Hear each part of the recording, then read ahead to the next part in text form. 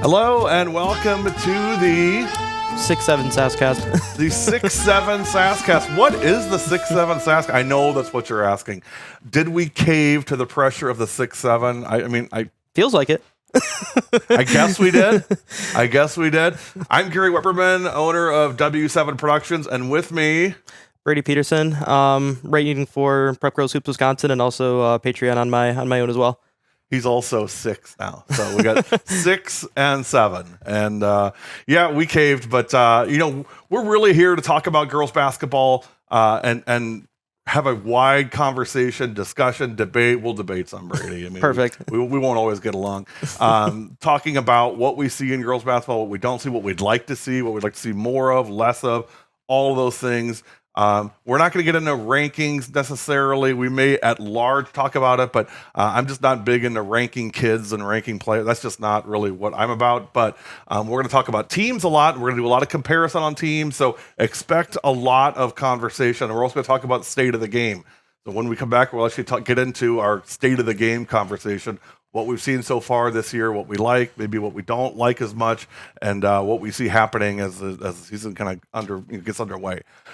This is a weekly podcast. It's always free to watch. You can watch it on our YouTube page, our Facebook page, and X. And of course, as always, it's on Fix TV. You can always watch the archive version on Fix TV as well. It's free to watch. It's an hour-long podcast every week, all the way through sectionals. So leading up to State Week, we'll be here on Wednesdays. We're actually taping these on Tuesdays, so we don't know Tuesday night's results yet, Brady, but we're airing it on Wednesdays, taping it on Tuesdays. So when we come back, we will get into what we call the State of the Game segment. That's coming up. You've been watching the opening tip. This is the 6-7 Sasscast. He's going to have to do that all year long. And you're watching it on W7.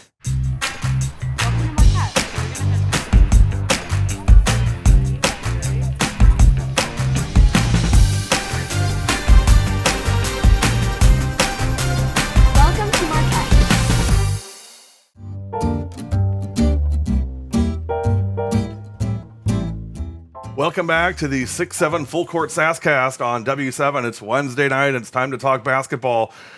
Brady, let's get into talking about state of the game. For me, the first topic I have is, we've had the last few years, we've been treated to some really great basketball, right? When you look at like the Pewaukees, the Notre Dames, some of those teams, the Laconias, what I call the Blue Bloods. The Blue Bloods have kind of run the show in the 2020s.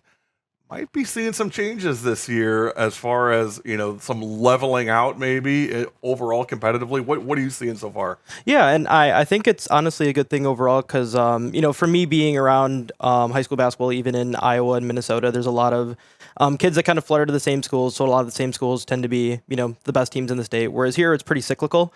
Or with Laconia, they didn't have the success that they had the last handful of years, before that 25 class rolled in. And obviously there's still some talent there. And then with Pewaukee, obviously with the Terrians and the rest of that 25 class out of there, it's a little bit different. Granted, they did get a boost with Giselle Janowski coming back a week ago today. But I think it's about that time for that cycle to kind of start showing itself a little bit. And obviously Kimberly winning a state tournament last year and having a big junior class there. And just in general, I think you're kind of seeing the wheels of the cycle kind of turning, and we're seeing some new teams kind of come in and start kind of making a name for themselves here this year. Do you think it's wide open this year? Do you think, when we get into sectionals, are we going to, in girls basketball, we don't generally see a lot of what I would call upset surprises. Do you think we're going to see some this year? Maybe on paper. Obviously with the way the tournament's performance factor is up now, there's a chance that we have 3 true Division II schools make the state tournament in Division I with Notre Dame, Pewaukee, and Tosa East. So it's going to look a lot different than it has in the past, and there's definitely a chance, especially with teams like Hudson, Spash, they have really good kids in Sectional 1 who could probably compete with just about anybody. So I think it's definitely possible to see some of those more surprise games, and maybe even in regionals, especially with sectionals like the one in with Hudson and Spash and all them, who could see a team like Kimberly in regionals. Now, this is before your time, but the Hoosiers movie in 1985, it was the Hickory Huskers, with 61 kids in their school. They won the state tournament. Of course, that was based on a true story. Happened in Milan, Indiana. Milan won the state championship over South Bend Central. Do you think it's possible? not David versus Goliath, but do you think there's some teams like in any of the divisions that could just come out of nowhere and just make a run and say, hey, this team that we never even expected is going to be in the state tournament this year? Is there a chance for that? I mean, I feel like there always is a chance for it. And it's because you have these 1-game shootouts and you have one team show up, and not play their best basketball, and you have someone else come in. I'm not talking Kimberly knocking off Pewaukee. I mean, that was a great game. That was awesome. But I mean, it's still Kimberly, right? Yeah, I mean, exactly. it's not like it was, some school we'd never heard of. Yeah. I mean, the only thing that I can really think off the top of my head that's been like more so surprising, I guess, in my time since starting in that 21-22 year would have been that Nina win over Hortonville when they had Cami Pepler and Callie Pepler, Rainey Wilson as a freshman, and that was probably the closest thing I've seen to something that's been truly like knock your socks off surprising, especially with the way that whole thing ended. That was the end of the Celeste Rutka era. It was. That was something else. Yeah, and I always say that there's always a chance, especially with these 1-game shootouts, and all it takes is one day for you not to play your best basketball, and all of a sudden you're looking up at the scoreboard at the end of it, and you're like, wow, that's just the end. But that's the fun of the tournament. I mean, I'd love to see somebody just come up out of nowhere and capture the imagination of the state and just go on a crazy run. Yeah, I'm not going to give examples and I'll tell you why, because there's about 400 examples out there. I mean, for sure. There's plenty of examples out there. Yeah, and even just in the state of Wisconsin and other sports, you'll have teams that make these crazy runs that you don't really expect, and it's always possible, which is always kind of why you have. I'm sure every single coach at one of these like really high level programs are always really nervous about every game they play, because they know if they aren't prepared the right way, and their practices aren't the way they're supposed to be, there's always a chance that a team can just come in and really surprise people. And I mean, even last year with I think I was actually driving back from a game when you texted me about the Lena game last year in regionals, and obviously that Green Bay New Lutheran team didn't make it like too far past that, but I mean that was probably the most surprising result last year. And I remember when I read that, I thought it was a typo. Brady had them going to state, so when I saw that they weren't going to state, I had to text him right away and say he was wrong. So I mean, we do that. He and I do that between each other quite a bit. But with all that said, you still see a tremendous amount of blowouts, right? I mean, you see the 74-6 scores, the 81-8 scores, and there's a lot of criticism, I guess, that coaches get for scores like that. I'm not a hey, run the score up, but at the same time, I'm not a hey, lay down at half court and just hand the ball to the other team. Mm-hmm. I don't think that does your kids any good. And also, I think it's an insult to the other team. I don't think the other team wants that. Yeah, I would agree. It's tough, right? Because especially on the girls' side of things, like you have some of these programs who just kind of have some kids just kind of flutter into these programs that tend to be really good, and a lot of it will happen up in the Fox Valley. It's why Appleton West isn't what they used to be, it's rough to see. And honestly, the only way to get out of kind of a don't tell like Coach Bump that, by the way. Tanner Bump is doing some great things at Appleton West, and that's awesome. The only thing that really stings about kind of the way that whole thing operates is it truly it's all starting with youth program stuff, because the best programs in the state all have really good youth programs. Are those Muskego, Kimberly, Hortonville, Nina? There's just so many of these kids that just kind of get into these programs young, and they're used to playing together. They understand the system, so when they get to high school, it's not really a surprise whenever they kind of get in the swing of things, and it just happens so quick. But then you have programs just kind of don't have the infrastructure for that, or just don't have kind of the tenure there, and it's a little bit tough to get that thing rolling. But it's always awesome when stuff like that happens, and I'm always rooting for schools like that, especially ones that are super invested into in the development of the kids, and building something from the ground up, because it's not a job for everybody. Even some of the best coaches in the state would probably not last too long in some of those jobs. They make a ton of money, so I mean, exactly. There is that part of it. I know they say they don't, but I think we all know they're flush with cash. all their 4-story high rises in there, right? Kind of like live streamers. I mean, exactly. Everybody wants to get the live stream because there's so much money, especially with girls sports. There's a ton of cash in that. So no, you're right on there. As we talk about that, I mean, that kind of shifts into the next topic, which is, the numbers aren't great. Mm-hmm. I mean, participation in basketball continues to be a challenge more and more. I'm seeing teams that not only don't have a JV2 game, a lot of them don't have a JV1 game. Mm-hmm. I mean, that's a little concerning. Are you seeing that across other states as well? I think it obviously depends on where you're at too. Obviously, I'm sure in different places in Minnesota you'll have some of those problems as well. But the difference with Minnesota and Wisconsin, especially Minnesota, I should say, is they'll have seventh graders that are playing varsity basketball like the second that they can, just to fill out numbers. Or if they're really good, they'll there's a kid out in Minnesota right now who's probably gonna be a top 10 kid in the country. Are we gonna let fourth graders start playing high school basketball? Do you think is that coming? I don't think so. What about seventh graders? I wouldn't be opposed to it, and on its face, especially that's 6 years of high school. It is. I mean, that's a long time. That's a career in the NFL. It is. But the best part about it is like making sure that these programs can, not have to co-op, and being able to have everything pretty centralized, so you don't have schools like, even Argyle Pecatonica has to co-op and obviously Gen Wellness does a really good job there, but I don't know if they could field the team if they couldn't co-op. But then again, if I think you have to have the co-ops for sure. I don't disagree. I don't know about seventh graders, but Madden Greenway just posted 14,000 points in varsity basketball. She's been playing since she was in seventh grade. She's a senior this year, going to Kentucky next year. She's, by the way, from Minnesota Providence Academy in Minnesota, and we'll actually see her December 29th against Tosa East. Maybe Brady will join me for that game. I'll have to be there. So that's at Tosa East. I already told Coach Merg we're coming. But my point is, if they're letting it happen in other states, I mean, why are we always the last one to the party? Why is Wisconsin always the last one to the dance? I don't know. It's probably just bureaucratical stuff at the top of the chain here. That doesn't sound right. Yeah, I don't know. I don't know where that could have come from. I mean... Yeah, I mean, that's probably where it all stems from. It's like, it's just not a place that's really open to changing stuff. Even with the way sectionals work, I remember hearing about kind of a D5 coach actually texted me about, what potential changes could be made in sectionals going into the off season last year.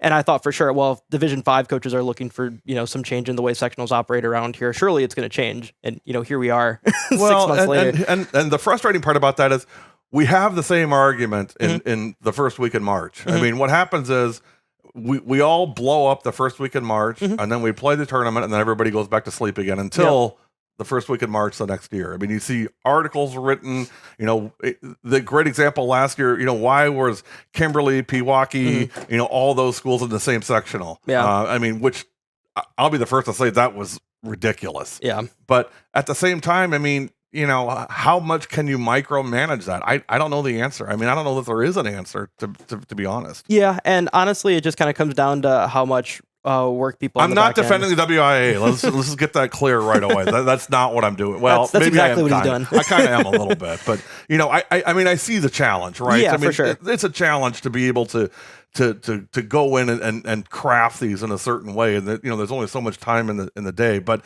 it is frustrating in that it robs the fans of really great girls basketball, especially at the state tournament. I mean, we see a lot of non-competitive games in the state tournament that were super competitive in the sectionals. Yeah, and like the biggest example of kind of how things work a little bit differently elsewhere is Iowa. And it's kind of always something that I've kind of wished that the WIA would go to, is where they basically just seed. They have eight different regionals, so they have 8 teams go to state. So it's a little bit different than here. But just being able to have things seeded to where you have, ideally your top in Wisconsin 4 teams match up at the state tournament. Obviously, the way the tournament works, some things can change with that, with teams just losing. But just having a way, and they don't even do their. Why not go to a week? Why not go Monday? Nebraska starts Monday. The state tournament is Monday. Now they play some of the games at high school locations, like Pershing Auditorium and Lincoln. They play some of the games there. They don't all play all at Pinnacle Arena or at the Devaney Center. But the point is, I mean, it's more teams. I mean, more teams can say, "Hey, I went to state." Yeah. Is it a cost thing? Do you think? I mean that, and it's also probably a facility thing too with the Rush Center. I could see that possibly being a problem. But in general, too, I mean, just from talking to some coaches, I'm not sure how receptive they've been to the idea of having state tournament games at high school gyms. Just because I obviously doesn't necessarily feel like, especially with the way it's set up football. Here. That's true. Where's the football state semifinals? It's not at Camp Randall. It's true. I mean, they play, Marshfield Winnicott won state. They played their state semifinal game in Marshfield. Yeah, and this could also just be me going back to the WI thing. Is like, well, if this is how we've done it for forever, why change it? You know, you're being that guy. Yeah, oh boy. Yeah. Hey, I'm sorry. I You're apologize. too young to be stuck in your ways, yeah, man. No, You're just a kid. I know, but at least in the football side of things, that's just kind of how I've always known it. So like, I don't really know any other way to do it. Whereas like at least on the girls basketball side, I've been able to go out to Iowa for their state tournament, be out there for 6 days, and see how they do it. And granted, they have a different setup there with I don't even know. I think it's Casey's Arena now down in Des Moines. I think Casey's is the official sponsor of Iowa. Yeah, basically, yeah. it's like Quick Trip in Wisconsin. Yeah, I mean, Casey's is everywhere. And so obviously they do it a little different down there. And they have 6 days where they have the whole venue, and they have a different setup. So they have. I like that. Yeah, and they have two different governing bodies. So they have I forget what it's called, but it's the Iowa like high school athletic. IHSA. Yeah, but then the girls side has the Girls Athletic Union. That's right. Yep. So they've been around for like 100 years now, and they basically solely focus on girls sports. So honestly, like the girls basketball tournament is like their crown jewel. So it's basically just a festival of girls sports at the end of the. Could we do that? Could Wisconsin do just break? I don't know if it's a break off from the WIA or an offshoot of the WIA or how that would work, but. Could we just do? Hey, we're just going to have our own thing for girls' sports because it's a whole different animal than boys' sports. It really is. And I would like to say yes, but I would probably lean no, just because we've had so little movement on like literally anything else. I agree. But I do like the way Iowa does it. I think it's probably a model that a lot of states, if they have the capacity to kind of replicate what they do, I think they should do it, because even just the way they handle everything on the minute stuff, because I remember talking to Bishop Garrigan's coach when they had Audie Crooks there, obviously super talented kid at Iowa State now, when their boys team made the state tournament, when they played at what is now Casey's Arena, they basically had to like shovel the kids out of the locker room after they lost. Where on the girls' side, they just kind of let them stay in there kind of as long as they need and kind of be able to collect themselves before they go out and do media stuff, which is like just kind of a different, obviously just a clear different. And I like that. Exactly. Right. I like that. So like they do a really good job of making sure like everything is taken care of on the girls' side and making sure it's, run well and it's not like a complete, just an event. It's basically like it's an experience. It is. And I've said this time and time again, for all my criticisms of the WIA, which are been enumerated and expounded on, they really do a great job at putting on a show at the state tournament. I mean, they really do it well. The lighting, the music, the effects, the flow, all of those things, it's really, really done well. It really feels like a big, game day experience. Yeah, and even just from talking to the kids that play there, when they run out in the court and they have like all like the effects and the hype video before the game, before the championship game. I love those hype videos. They are so cool. I get goosebumps every time. I get goosebumps just even thinking about it. But yeah, just even for kids that just play in a semifinal game, and they look up and they see themselves on the jumbotron up there as they're warming up. It's probably just not something you usually get to see. So it's just a memory that you get to have. And obviously you wouldn't be able to get that at most high school gyms unless you have some of these FBA gyms with these massive video boards that like sometimes they just don't use, unless you go to like a place like that. But yeah, no, the WIA does a really good job of like let's not give them too much praise. Sorry, my bad. All right, my bad. So we're gonna stop there. That is the state of the game. When we come back, it's time for some real talk. Coaches, you probably want to listen to this. You may disagree with some of it, but that's okay. That's why we're here. You're watching the 6-7 Sasscast on W7. Pain's a very lonely place. I came to Orthopedic Associates because I had a ruptured disc in my neck. I needed to get it fixed as soon as I could. Life immediately following the procedure was better. I have 3 young boys, I coach their sports, I play their sports with them, so just the joy in life came back. The pain was gone. The entire standard of life became better.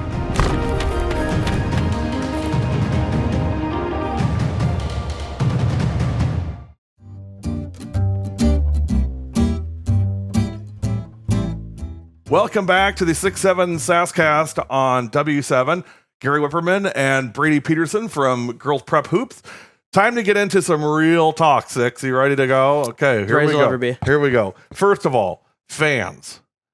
Are you in agreement that fans overreact to November, December scores and you got people jumping off cliffs with team records and things like that? Probably to an extent. I feel like anytime there's a real like finality to something, I feel like people are bound to overreact to stuff, because you could talk about how stuff's going to go from April to October, but then once games start coming, everything feels like it's, happening super fast. And it's like, oh my God, we just lost to, whoever, or X team lost to team Y or something, and everyone has to, have an opinion on it, which I do too, which is kind of what I do. I mean, that's why you're here, right? Exactly. I guess that's why we're both here, really. Exactly. But, I still think what really matters, and I think if you talk to most coaches, I mean, they're still trying to figure out, because you only get half a dozen practices, if that, before games start. I mean, imagine if we did that in football. You get 3 practices and then line up and play on Friday night. I mean, this isn't that way. So in a way, some of those November, December games are really a way to figure out where are we as a team, what works, what doesn't work.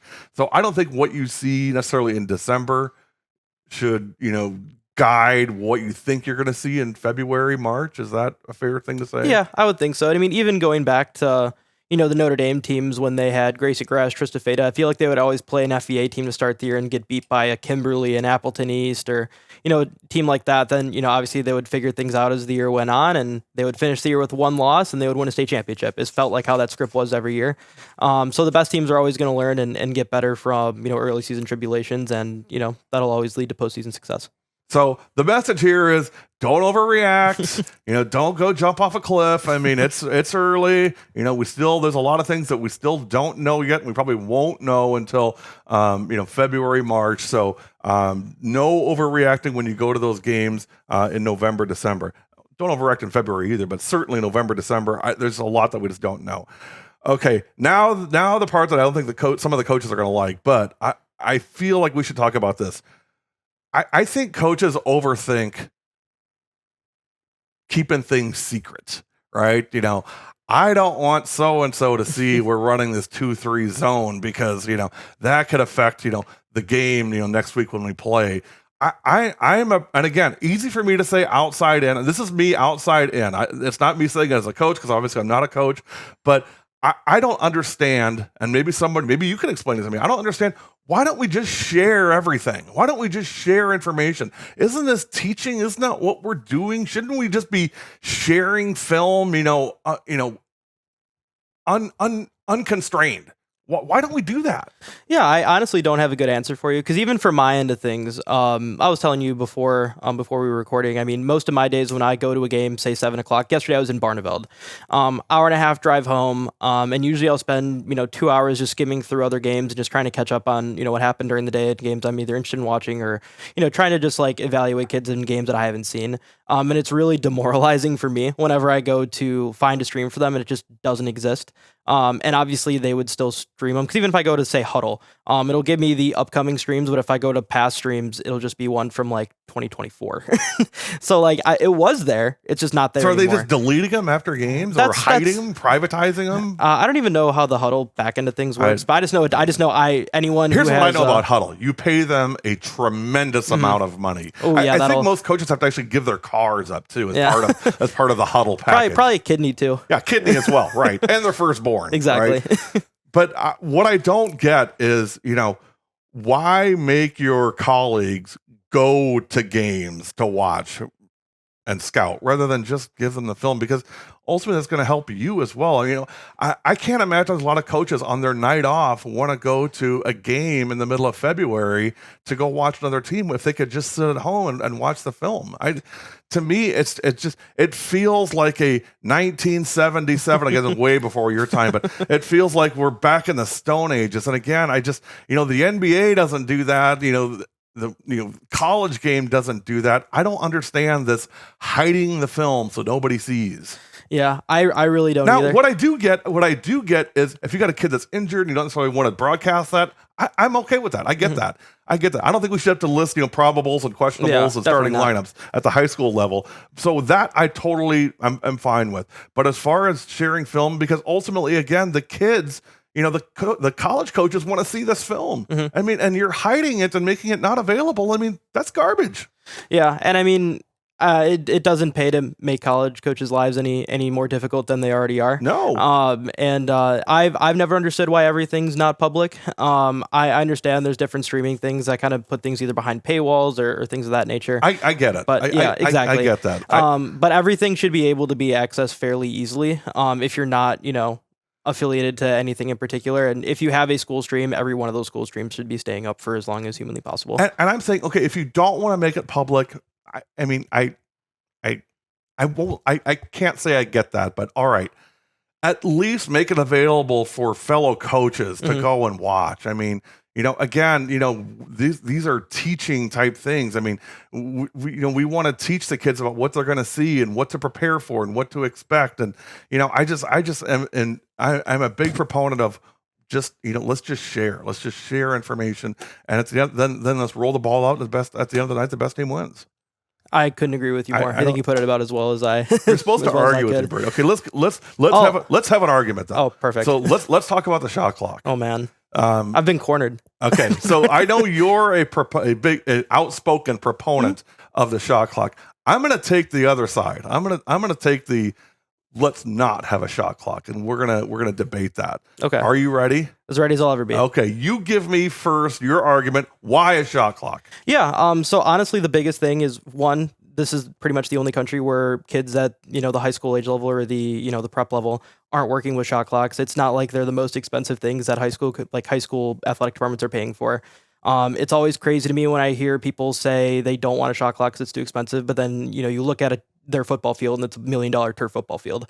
I think in general, football pays the bills though. Football is king. But then again, shot clocks we're not talking like $100,000. We're talking a couple $1,000s. Right. And in general, I think kids get to be more reactive to things that are around them. They don't have to sit and they aren't basically trained to sit and wait for things to happen. They're kind of encouraged to go out and make things happen, which I think makes better basketball players. And I think in general is more fun for kids to learn in that environment. Other than, I won't name coaches, but there are definitely some that have gone to four corners in first halves of games, and not saying that like that's the norm.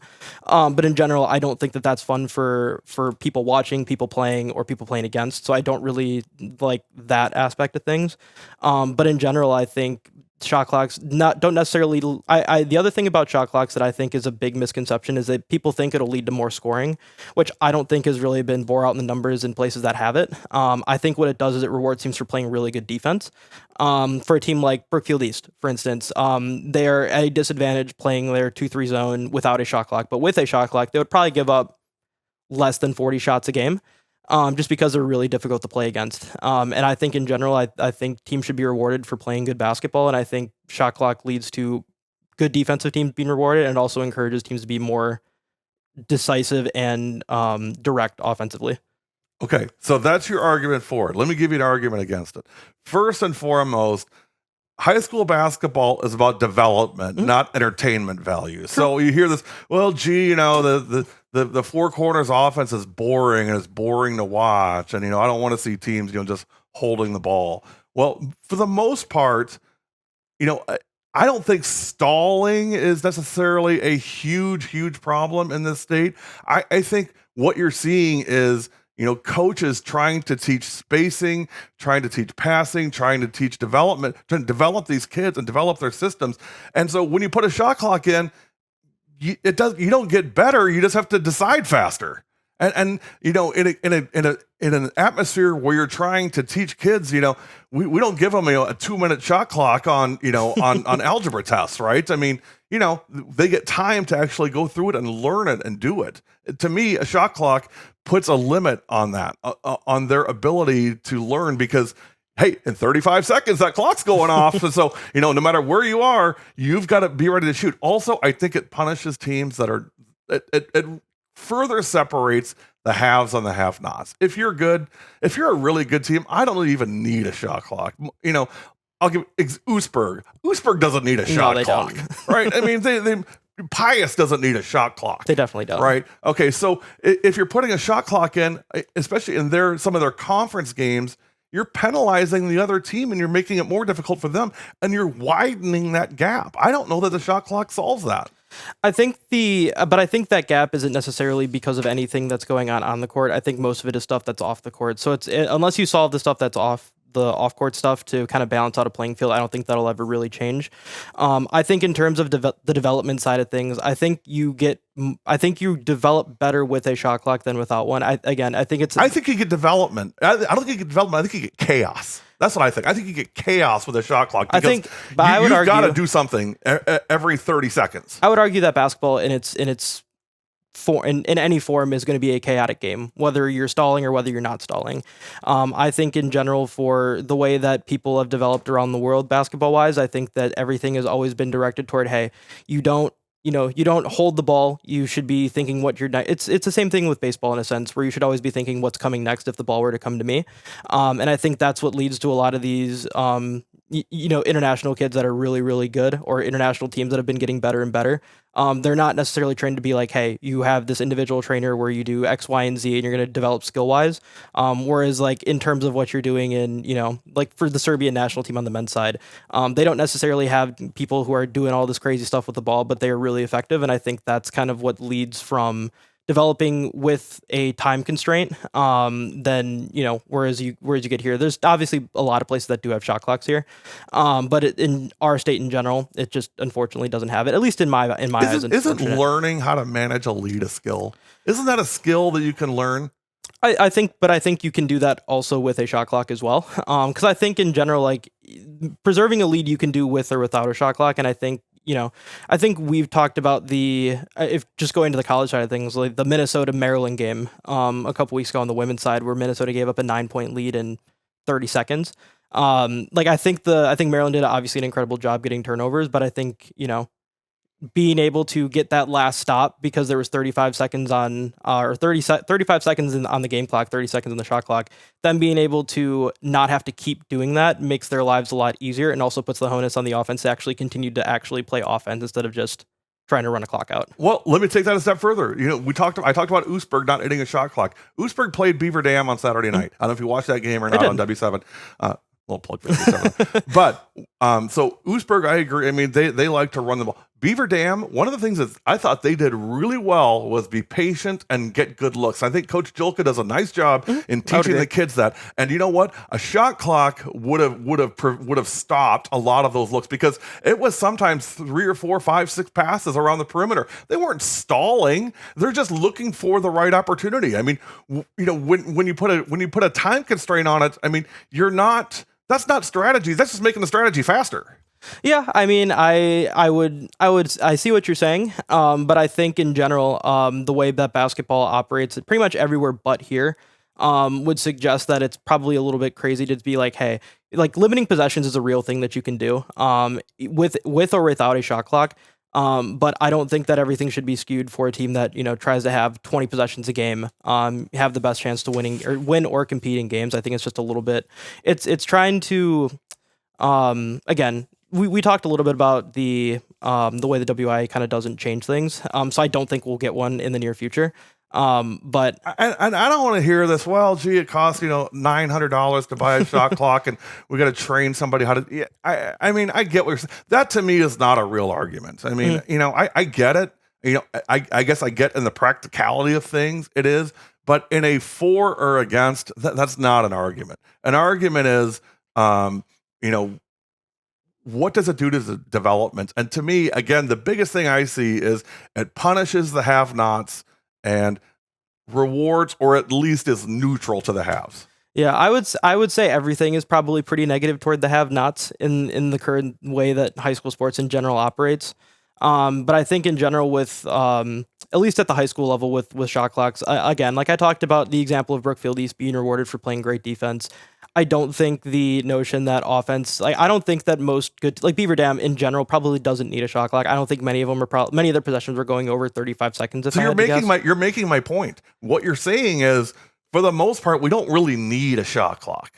I would say that for the most part during games you probably don't need one, but I think in terms of you get to the last 9 minutes of a game, I think it fundamentally changes how teams play basketball, and I think that's honestly the biggest part of what kids probably should be doing, in terms of, hey, you have a 8-point lead with 9 minutes to go. We're not going to take minute-long possessions. We have to still run our offense. We still have Didn't Edgewood try to do that though in the state championship game last year against Costa East? I believe they did. They paid for it. They did. So did West Appear. West Appear did that as well. And they pretty much paid immediately with that one. And Edgewood did it a little bit against Rice Lake.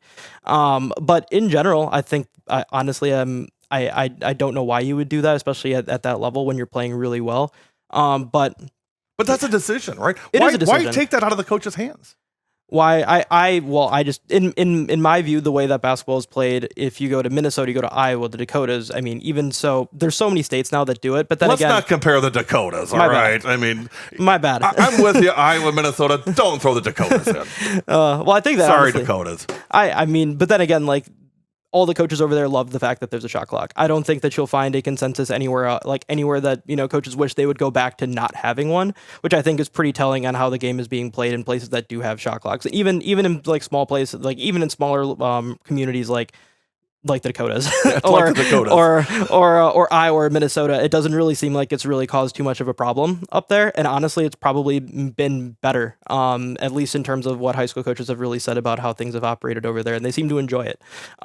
So it's hard to really argue against the people that have gone from not having a shot clock to a shot clock and be like, hey, well, you're good with you're good with what you're doing over there, but we're going to stick with what we have been doing for God knows how long.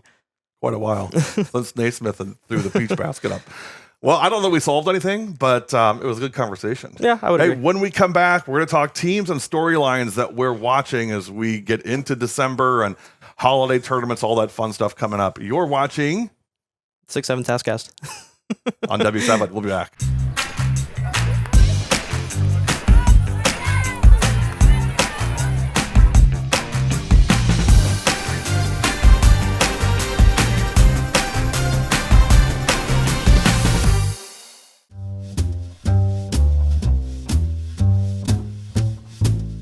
Welcome back to the 6-7 Sasscast on W7. Are you having fun? I'm having as much fun as I could possibly have on a Tuesday afternoon.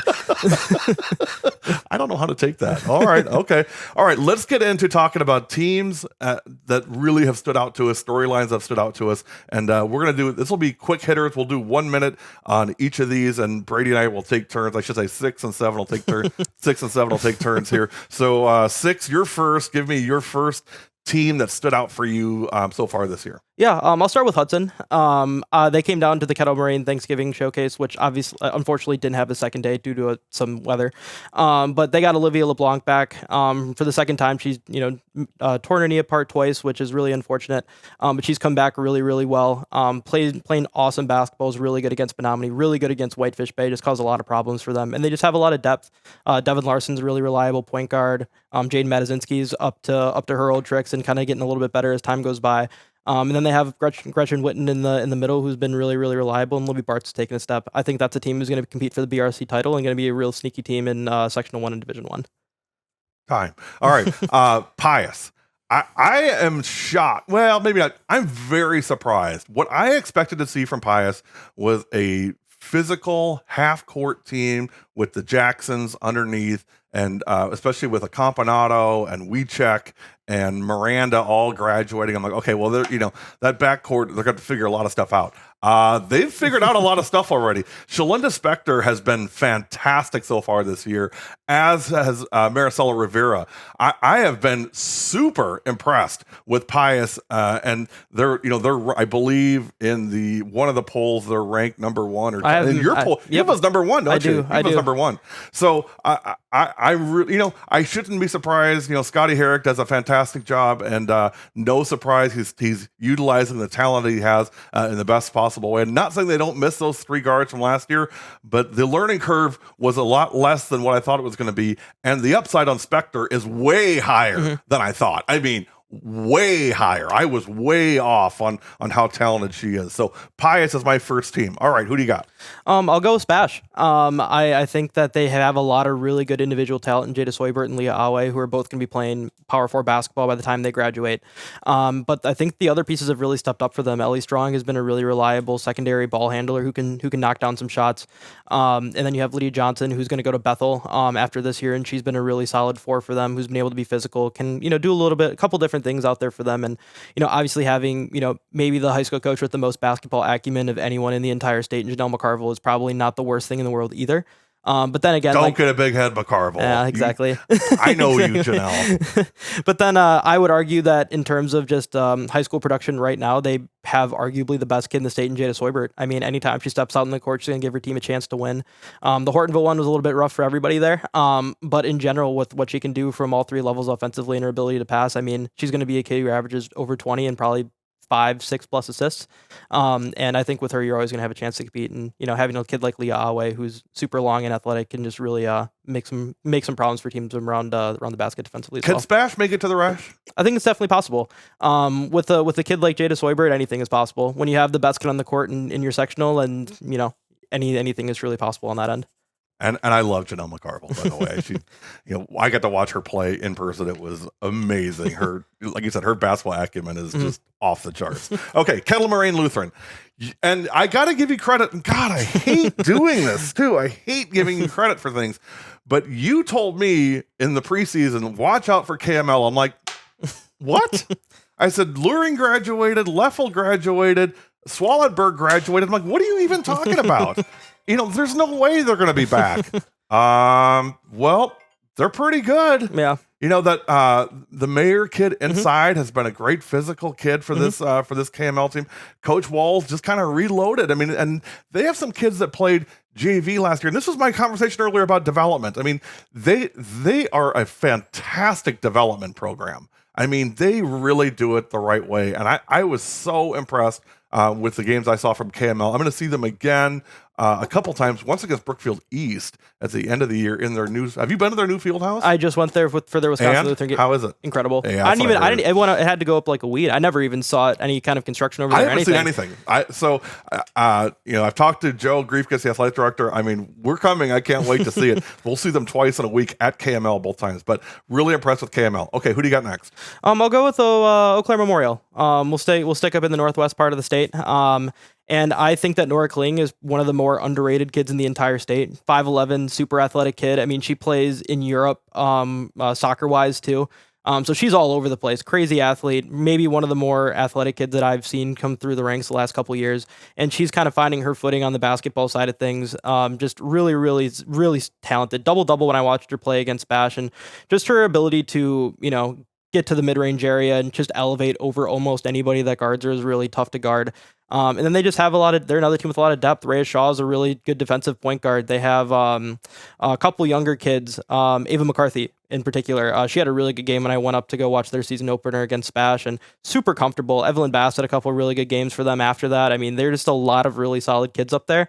And along with Hudson, those are probably two of the three favorites to win that conference this year, and it should be a really fun watch for anybody up in the Eau Claire area. How do you not root for a team with the mascot, the Old Abes? There's a lot of really good ones in this state. I feel like that's a whole podcast in its own right, if we're being honest. We really should. We should have just on mascots, but I love the old Abes. My favorite conference still to this day, the Heart O the North. Yeah. I mean, to not even say Heart of the North, but to do Heart O and the exclamation point, or not the quotation part of the North. That is brilliant marketing. I love that. But the Old Abes, I'm always an Old Abes fan. Okay, for me, Beaver Dam.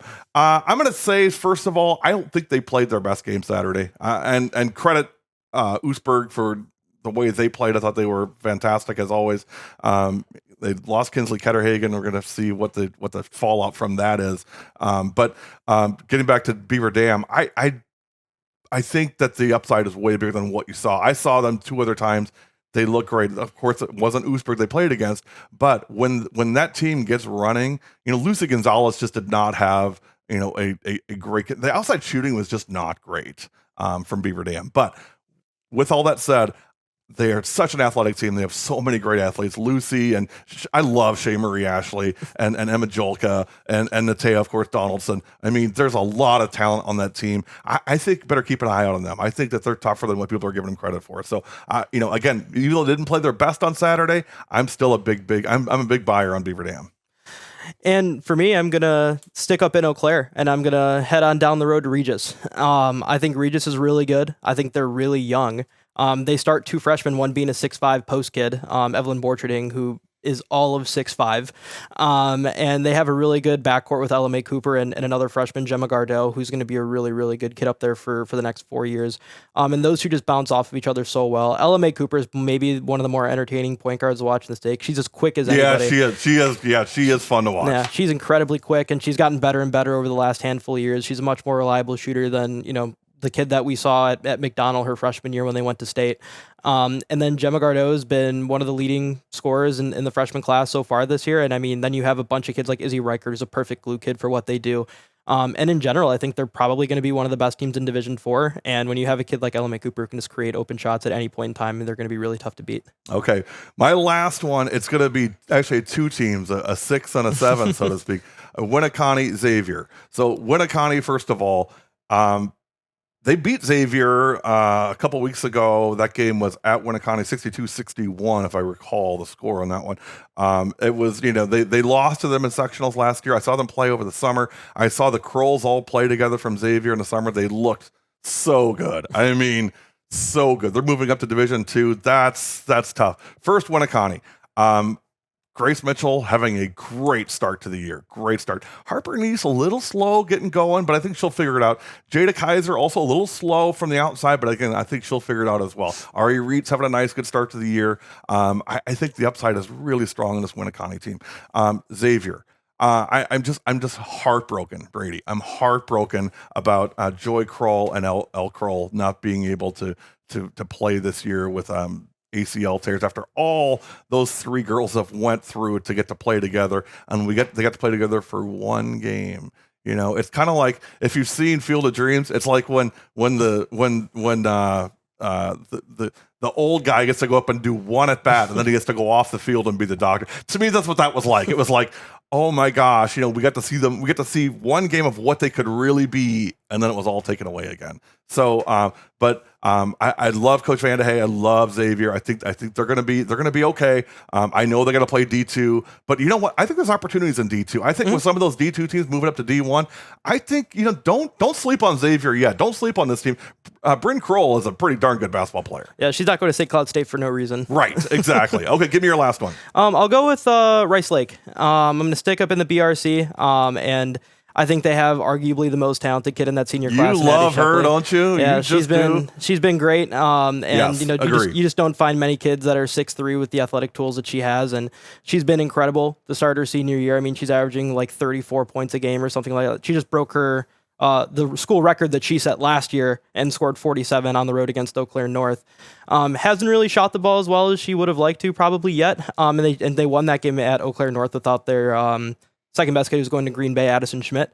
So a little bit weird start for them. But in general, like when you have a kid that's that talented and they have the acumen of going to state last year, they're going to be a really tough team to beat. But can I give one more team a quick shout out? One quick one, 30 seconds. Yeah, I'm going to shout out Grafton real quick. D'Amato, you hear this? Yeah. Here we go. Yeah, I really like how they started the year. I mean, they had a rough game against Hartford, lost that Whitefish Bay game, but played really well against a team who's They played great against Whitefish Bay. They really did. And I just wanted to shout them out because I think that they're a lot better than they've been the last couple of years, and they got a chance to make a run, especially in that sectional with Beaver Dam. And while we're on the Grafton topic, one thing that really impressed me, I watched them play. We did their game against Milwaukee Hamilton on Saturday. Mm-hmm. One thing that impressed me was Kendall Conrad. Mm-hmm. Kendall, who didn't get a lot of minutes the first few games, came in, took advantage of the opportunity to start. There were two kids that were out for the game. Kendall was the player of the game. I love it when kids step up into gaps and really show what they can do, and Kendall did just that. Yeah, and I think that's just kind of the culture at Grafton right now. A lot of those kids are probably not like super highly thought of kids in the North Shore, at least in terms of like the McKenna Christians. Madison I think they can play with anybody. They can. I do. They can, and that's why I wanted to take my quick time to shout them out real quick. All right, D'Amato, there you go. I did not prompt that, by the way. I had nothing to do with it, so that's totally Brady on his own. Okay, those are our storylines. When we come back, quick hits. So we're going to go quick. We're going to do what we call buy and sell. Are you buying or are you selling? We'll be back. You're watching the 6-7 Sasscast. Injuries can happen at any time, and when they do, head to Ortho ASAP, a faster, less expensive option than urgent care. No appointments are needed, so you can be seen immediately by our specialists. Part of Orthopedic Associates of Wisconsin. There is a difference.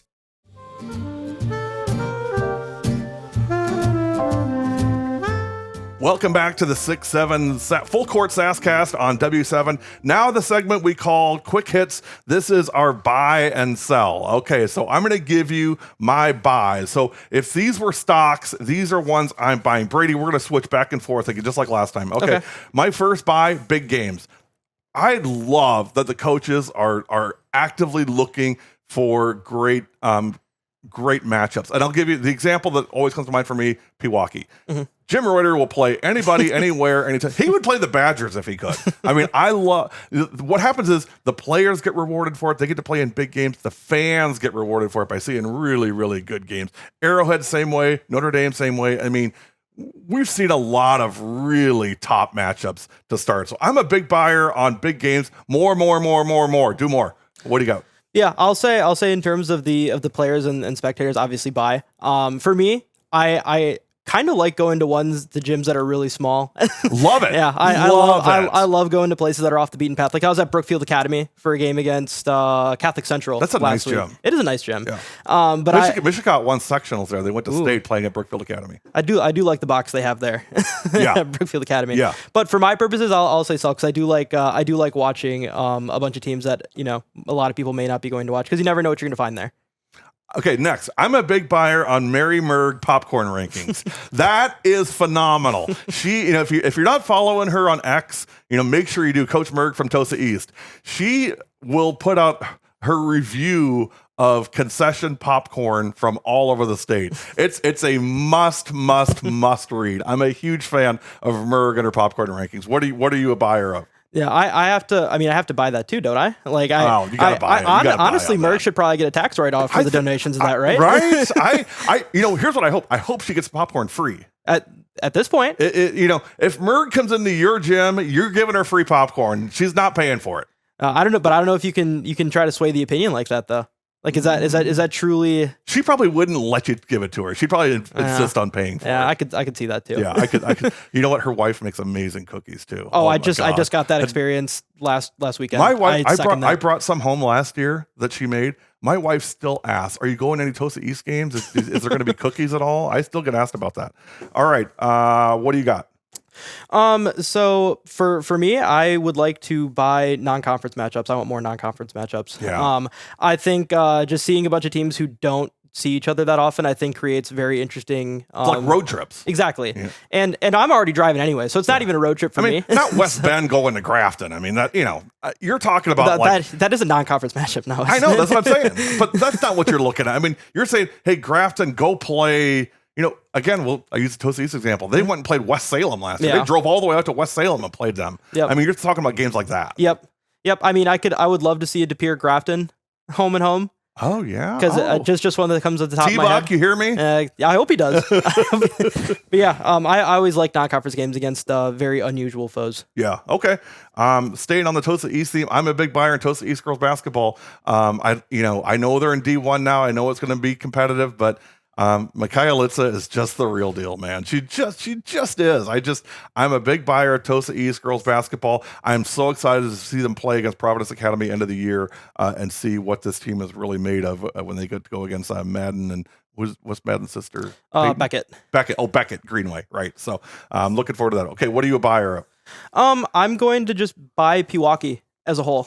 I think how can you not? Exactly. I mean, I've been a big fan. I think that they were a Giselle Janowski injury away from being a state champion last year, and having her back is really cool for not just her, but the entire community over in Pewaukee. I mean, there was a lot of people that showed up for her first game last week at Eisenhower just because she was going to be there, and they gave her a nice ovation when she got back in. And obviously, Giselle, she took everything as seriously as possible. She didn't even soak it in. So, but I'm a big buyer in Pewaukee, being a big player in Division I. Okay, I'm a big buyer on Kaya Waldrop. From Notre Dame. She's having a great comeback season. I don't think they do it, but to me, she's the comeback player of the year in the state as of right now. I mean, she has really come back with a vengeance. And a big reason Notre Dame is doing as well as they are is drip drop back in the lineup and doing the things that she does really well. So I'm a buyer on Kaya. What do you got? I'm going to buy another team, and I'm going to buy Whitefish Bay. I think that they're one of the more fun teams to watch. I think Schneider's done a really good job over there. And I think just their stable of guards is probably as good as anyone in the entire state. Are they consistent though? That's the thing with Whitefish Bay that they lost to Arrowhead by 12. I mean, they beat Grafton, but lost to Arrowhead by by 12. And of course, Arrowhead, I mean, Natalie Cuso's pretty good. She's I all get right. it. She's But, can they put together, I mean, they were 23-3 last year. Mm-hmm. I just, I'm a hold on Whitefish Bay. I'm not a sell. I'm not a buy. I'm a hold. Yeah, no, I just really believe, I think Sage Mitchell's gotten a lot better over the last year. And I think just having the amount of ball handlers they have, if they get a lead, they're going to be really tough to at least force turnovers on just to get quick points. I think they're going to not beat themselves. And it's going to take, a game like Arrowhead had where you have kids that are just playing really, really well and just super talented kids, or even Oostburg, because obviously they're super talented as well. I think you have to have a team like that if you're going to beat Whitefish Bay. X factor on that team, Carrington Balthazar. Yes. I think there's a huge upside on Carrington that maybe that people haven't noticed yet, but I think there's a lot of upside on that kid. All right. Do you have any more buys, or are we going to go to sells? Oh, we can go to sells. All right. What's your first sell? For me, I am going to sell 10-team conferences. I do not like the fact that teams are not being judged equally in terms of postseason stuff. For a team like Verona, who has to play 18 conference games, whereas you get a 7-team North Shore, 8-team North Shore, you're obviously playing less games. You can play better teams in the non-conference, which is obviously going to help you out in terms of postseason seeding. All right. I'm a sell on the holiday tournaments. Christmas, over Christmas. Thanksgiving, yes, the KM was good. Of course, Brookfield Central was good. But the holiday tournaments, this year, I mean, we're doing the Oostburg one, which is 4 teams, and we're doing the Hartford one. In fact, another game from the Hartford one just got whacked this past week. I don't know. I mean, I'm not seeing like the stellar matchups I would like to see at a holiday tournament. I mean, if I'm gonna skip the NBA to watch girls basketball, I want to see some big games. I don't know that I see that in holiday tournaments this year, unless I'm missing something. Again, I'm biased because I'm only looking at the east part of the state, but I don't see those big matchups this year. Yeah, I would agree with the sell on it. And I know a lot of people are trying to get stuff going, and I respect that. Losing that Watertown one really sucked. It did, because they had a really good thing going over there. We're gonna blame Stolberg. Yeah, Stolberg. Come on, man. Yeah, in general with how it is now, it's hard to not sell it, because I mean, you look around and there's always these good events that are going on in Illinois or Minnesota or Iowa, and we just don't have teams that. Going there to some of those. Exactly. Why aren't we doing one of those? Maybe a W7 holiday tournament. Would anybody buy on that? Would anybody buy on a 6-7 holiday tournament, do you think? Oh man, it'd be great. Hey, I mean, you used to be a salesperson, right? Yeah. If anyone can sell it, I it's still you, right? am. I still got to sell W7 every day. What are you talking better. about? All right. What's your next sell? For me, I will. Been put in the spot here. I will go with no more Badger challenge. Yeah, that I'll go with sell with that, because when I heard the news last year when I went there for the very first time, mind you, I was very, very upset that it wasn't going to be coming back in its form that it's been in the last couple years. I'll hedge that by saying I agree. I didn't like the format. I didn't like the big team versus small team. That I didn't. To be fair, like the that. Badger Large has always been just the Badger Conference in general has always been a little funky with how they operate. It has, but I felt like for a while there it changed like every year with how it worked. Well, because they went east and west for a while, then it was north and south for a year, and now it's large and small. I didn't like the large and small thing, so I would like to see it continue, but not necessarily in that format. But I loved the overall concept of it. I loved the 2 solid wall-to-wall days of basketball in January, because if you look after the holidays, there's really nothing like that this year. I mean, we used to have the Hank Raymonds at Pius. That was a full day of boys and girls basketball. That was fun. We used to have the Badger Challenge. Those things are gone now. I don't see anything in its place. So I'd like to see more of that as well, especially after the holidays. I go through withdrawal of basketball in January. Okay, my next sell, JV games. More and more I'm coming to places where they're like, hey, we're going to start half an hour early because we don't have a JV game. I mean, I'm getting really concerned about the numbers, and hats off to Kakana. Their youth program is so solid. The KGBA, they are doing such a great job. I got to see that whole organization last week at one of their games. They are healthy, they're strong, they got a lot of kids. Coach Hendrickson doing a great job leading the overall Kakana girls basketball program. You talked about Madison Memorial, Vel Phillips. Marcus does a fantastic job at Vel Phillips.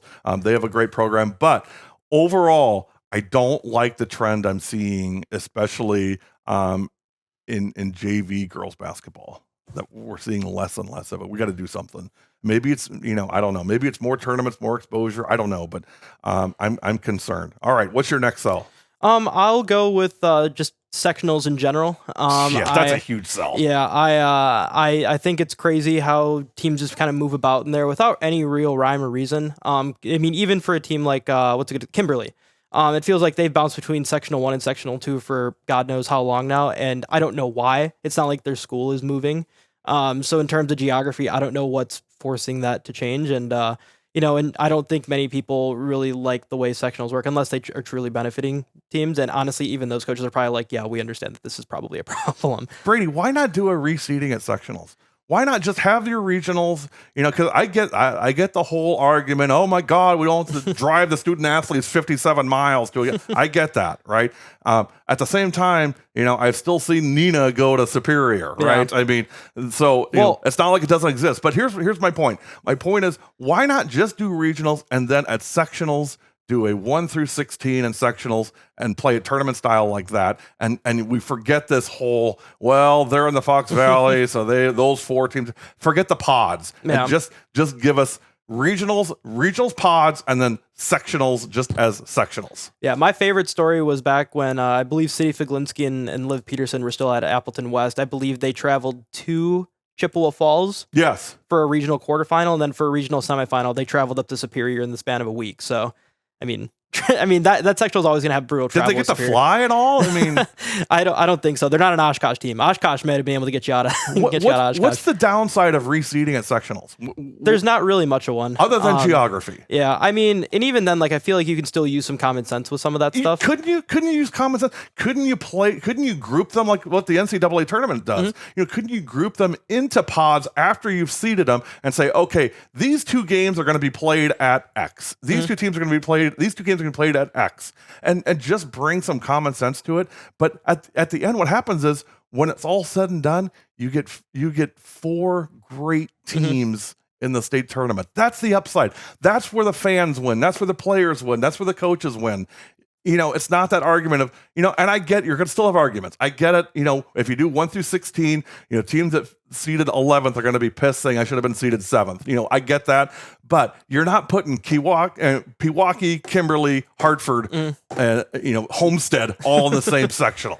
Yeah, no, exactly. And I think the other point about the whole thing is the goal is to have geographical representation at the state tournament, but then you get last year Division 1. You have two conferences represented in Kimberly, Appleton East in the FVA, and then the Classic 8 had Muskego and Arrowhead, which in general you know what that's like? That's like the old college football bowl system. Oh, yeah. That's what that is. That is, we have to have a Big Ten team and a Pac-10 team playing in the Rose Bowl because we've got a representation from both conferences. That's what this is. Mm-hmm. We have to have a team from the heart of the North, and we have to have a team from the Classic 8, regardless of how good they are. Mm-hmm. They both have to be there. Why? Yeah.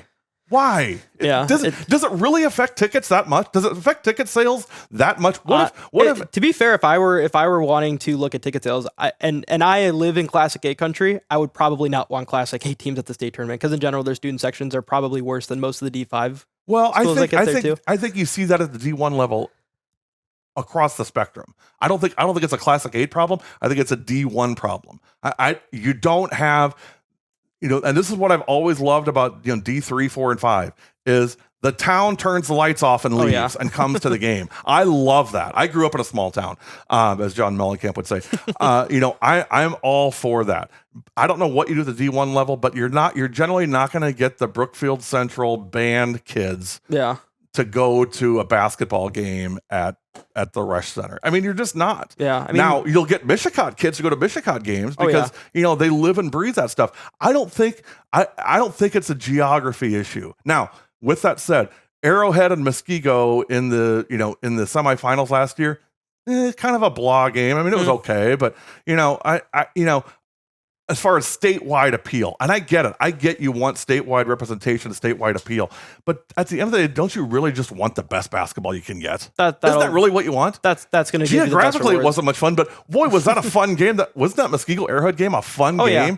I mean, Muskego gets that win. That was so fun. I thought that was great basketball, regardless of conference. I just think you just get rid of that stuff and say, let's just play really, really good basketball. Yeah, I mean, honestly, my favorite tournament of any division that I've seen was that D5 one with Lena and Clear Lake and Albany Monticello and Argyle Pecatonica a couple years ago. I think that was the most entertaining tournament that I've seen. And obviously the way that game ended in the title game with Albany Monticello and Lena was about as exciting as you can get.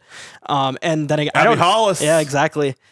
Pride of Clark University. Yeah, that's right. Pride of Clark University. The Space Cowgirl. Exactly. But then again, like, I don't think you can, if you try to manufacture stuff like that, it's just never going to work. And that feels like what sectionals are in general. Right. We're going to talk more about this, but I'm going to say, let's reseed at sectionals and have really great basketball. Okay.